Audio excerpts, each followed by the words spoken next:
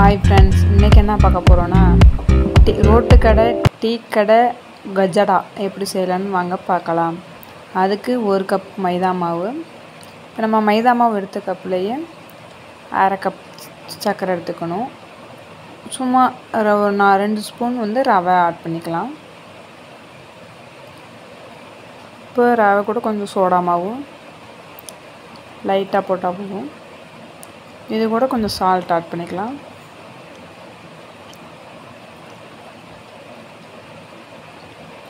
எல்லாம் ஆட் பண்ணியாச்சு. இப்போ லைட்டாக கிளறிக்கலாம்.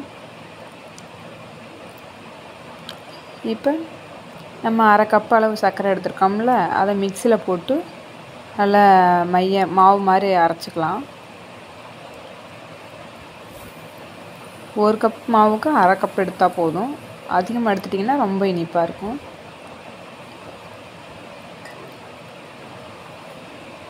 நம்ம அரை கப் எடுத்தாச்சு. அதில் 4 ஏலக்காய் ஆட் பண்ணிக்கலாம். வாசனைக்கு ஏலக்காய் ஆட் பண்ணிக்கலாம். இப்போ நல்லா இதை மாவு மாதிரி அரைச்சிக்கலாம். இப்போ மாவு மாதிரி அரைச்சாச்சு. இப்போ நம்ம அதில் 1 முட்டை ஆட் பண்ணிக்கலாம். இப்போ நம்ம 1 முட்டை உடச்சி ஊற்றி வச்சுருக்கோம். இப்போ நல்லா மாவு மாதிரி அரைச்சாச்சு. இப்போ நம்ம 1 முட்டை ஆட் பண்ணிக்கலாம்.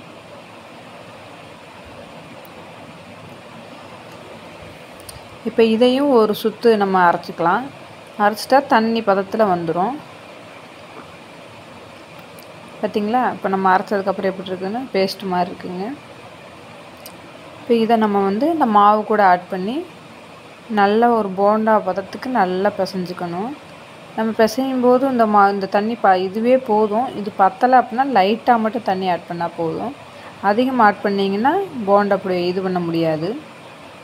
இப்போ நம்ம இதில் என்ன ஆட் பண்ணியிருக்கோம் அப்படின்னா சர்க்கரை, ஏலக்காய், முட்டை இதை 3ஐயும் அரைச்சி நம்ம அந்த மாவில் சேர்த்துட்டோம். இப்போ நல்லா இதை பிசைகிறோம். போண்டா பதத்துக்கு பிசையணும். இப்போ அது வரன்னு இருக்குது, தண்ணி பார்த்தலை அப்படின்னா தண்ணி லைட்டாக தெளித்து நம்ம பிசைஞ்சிக்கலாம். ரொம்பவும் தண்ணி அதிகமாக போயிடக்கூடாது. நம்ம போண்டா போடுற பதத்துக்கு நம்ம போட்டால் போதும். இது கூட நான் 1 ஸ்பூன் நெய் ஆட் பண்ணிக்கிறேன். ஃப்ரிட்ஜில் வச்சனால கட்டியாக இருக்குது. நெய் சேர்த்தோம்னா நல்ல மணமாக இருக்கும்.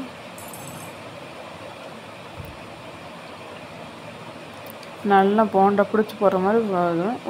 இப்போ பாருங்கள், நம்ம நல்லா பிசைஞ்சாச்சு. இது ஒரு 1/2 hour ஊற வைக்கணுங்க. ஊற வச்சா தான் எல்லாமே செட் ஆகும்.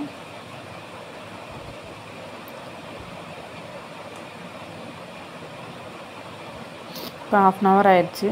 நல்லா ஊறிடுச்சுங்க. இப்போ நம்ம கடாயை அடுப்பில் வச்சுக்கலாம். அது நம்ம தேவைக்கேற்ப எண்ணெய் ஆட் பண்ணிக்கலாம். இப்போ எண்ணெய் நல்லா சூடாயிருச்சு. இப்போ நம்ம உருட்டி நம்ம போண்டா பதத்துக்கு போடலாம். செஞ்சு பாருங்கள், அவ்வளோ டேஸ்ட்டாக இருக்கும். கடையில் டீ கடையிலலாம் வச்சுருப்பாங்களா, அந்த தாங்க. நம்ம ஏலக்காய் போட்டிருக்கனால நல்லா வாசனையாக இருக்கும். அந்த வெடிப்பு அதுவாகவே வந்துடுங்க. நம்ம கரெக்டான அளவில் எல்லாமே செஞ்சோம் அப்படின்னா இந்த கஜடாவில் வெடிப்பு வருதுங்கள, அது அந்த அளவாகவே வந்துடுங்க. நம்ம வெடிப்பு இது பண்ண வேண்டியதில்லை.